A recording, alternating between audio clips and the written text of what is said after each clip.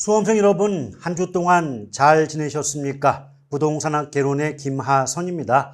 이번 주에도 배웠던 내용 간략하게 정리를 해보도록 할게요. 1번을 봅니다. 다른 대출 조건이 동일한 경우 통상적으로 일반적으로 고정금리 주택저당대출의 금리는 변동금리 주택저당대출의 금리보다 높다. 당연히 높죠. 그래서 왜 그럴까요? 고정금리는 말 그대로 대출 실행 시점, 대출 당시에 한 번 금리가 결정되면 중간에 어떤 시장 상황의 변동에 관계없이 변동하지 않고 만기 때까지 동일한 이자율이 적용되는 방식이 고정이자율 저당대부 아니겠습니까? 맞죠? 그렇기 때문에 중간에 금리를 높일 수 없으니까 처음부터 금리를 높게 설정할 수밖에 없으므로 변동금리보다는 고정금리가 대출 초기에는 금리 수준 자체가 높다라는 점 꼭 기억할 필요가 있겠고요. 2번 프로젝트의 채무 불이행 위험. 프로젝트가 나오건 어떤 말이 나오건 간에 위험이 클수록 대출기관, 은행 입장에서는 빌려준 돈을 떼먹힐 위험이 커질 수가 있지 않겠습니까? 맞죠? 그럼 은행은 대출기관, 금융기관 입장에선 무조건 위험이 클수록 금리를 높게 적용하기 마련이죠. 그래서 위험이 높아질수록 대출기관이 요구하는 금리, 이자율도 높아진다. 맞는 지문입니다. 3번 담보 인정 비율. 이때 담보 인정 비율을 다른 말로 뭐라고 해요? 담보 인정 비율 같은 말. 자, 대부 비율. 또 다른 말로 융자 비율. 저당 비율, 차입 비율, 영어 약자로 LTV 모두 같은 말이고 같은 말. 그런데 이 담보 인정 비율이나 총부채 상환 비율, 아이고 총부채 상환 비율도 나왔네요. 자, 총부채 상환 비율 이거 다른 말로 어떻게 바꿀 수 있겠습니까? 예, 소득 대비 부채 비율. 자, 소득 대비 부채 비율. 또 다른 말로 차주 상환 능력. 그럼 영어 약자로 DTI.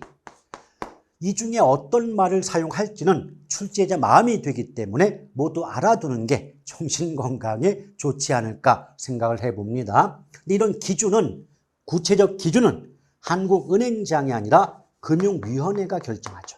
금융위원회가 결정합니다. 그래서 지금 3번 지문은 틀렸다라고 보시면 돼요. 자, 4번 볼게요.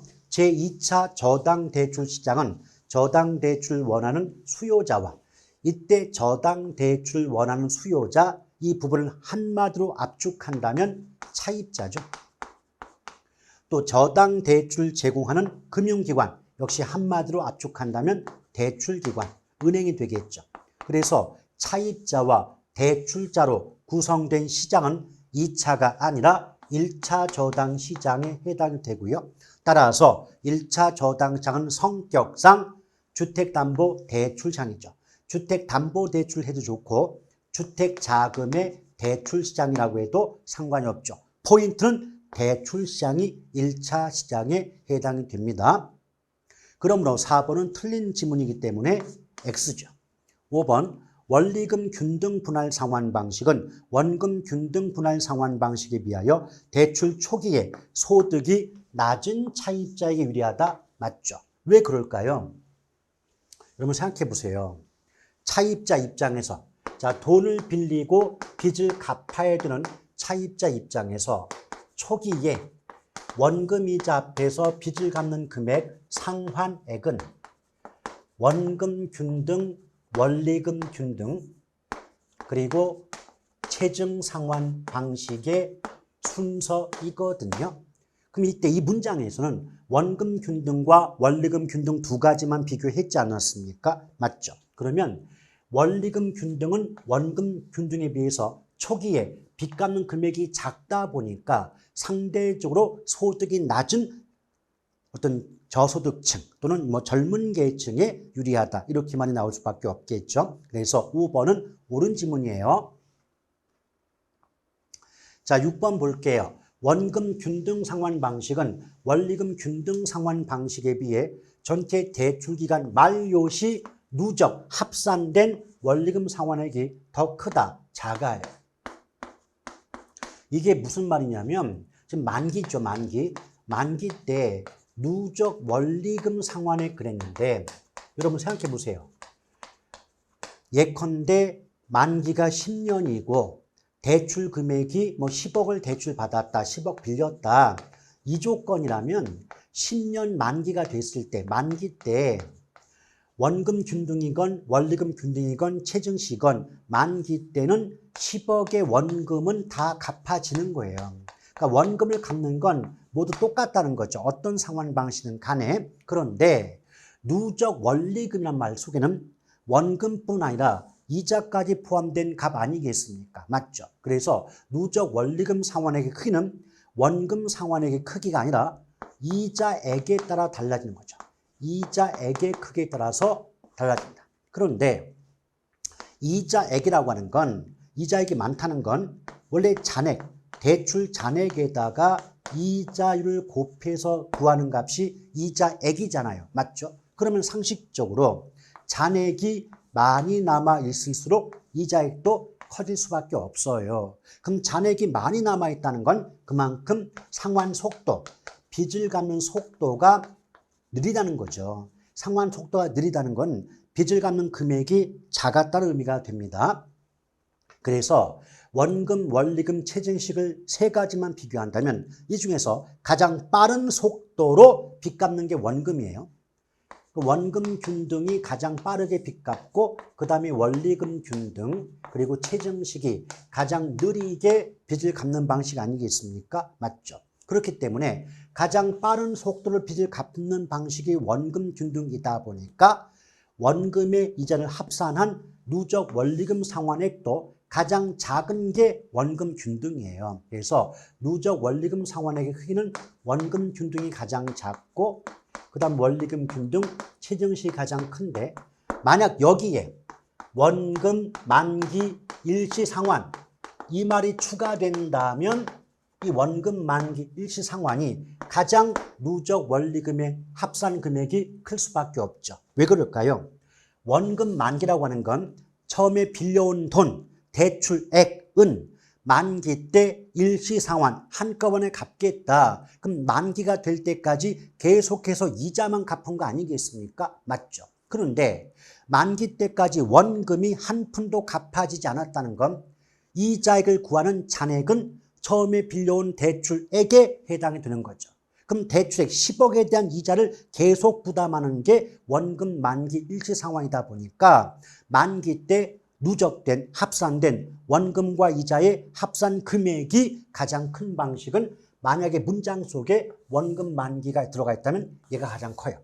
근데 일반적으로는 원금 균등부터 체증시까지 세 개를 비교하는 문장이 많이 나오지 않습니까? 그래서 누적 원리금의 상환액의 합계라고 물어본다면 원금 균등이 가장 작고 체증 또는 점증 상환이 가장 크다라고 보시면 됩니다. 자, 7번 부동산 투자 회사와 조인트 벤처는 지분금융에 속한다. 맞죠? 그래서 우리가 신조 리증펀 기억나시죠? 신조 리증펀은 지분금융이에요. 신디케이트, 조인트 벤처, 리츠, 부동산 투자 회사죠. 또 공모에 의한 증자, 부동산 펀드 이렇게 5가지는 대표적인 지분금융에 해당이 됩니다. 8번 주택저당담보부 채권은 조기 상환의 위험 부담을 투자자에게 전가한다. 틀렸습니다. 자, 주택저당담보부 채권 NBB는요. 모든 권리를 발행기관이 보유해요. 발행기관이 보유해요. 그 결과 모든 위험도 발행기관이 부담합니다. 모든 위험도 발행기관, 줄여서 발행자라고 해도 되겠죠. 발행자가 부담해요. 그래서 한 가지 요령이 있다면 MBB가 나왔는데 투자자가 어떤 권리 보유한다, 어떤 위험을 부담한다 이런 식의 문장 구조가 나오면 읽지도 마세요. 무조건 틀립니다.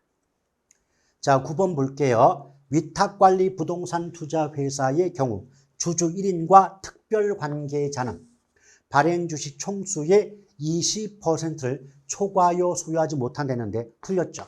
주주 1인과 그 특별관계자는 발행 주식 총수의 100분의 50, 100분의 50이니까 50%죠.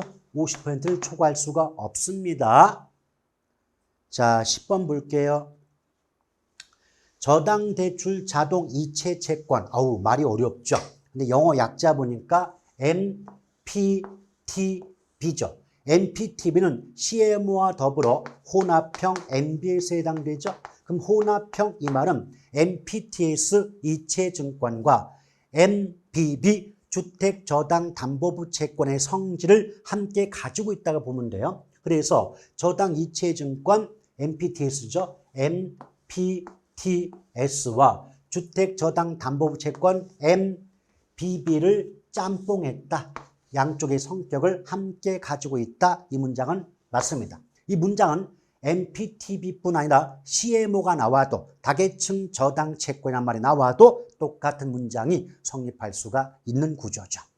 자, 이렇게 해서 금융론 내용 가볍게 한번 정리를 해보았고요. 다음 시간에 보다 밝은 모습으로 다시 뵙기를 바라겠습니다. 대단히 수고하셨습니다. 고맙습니다.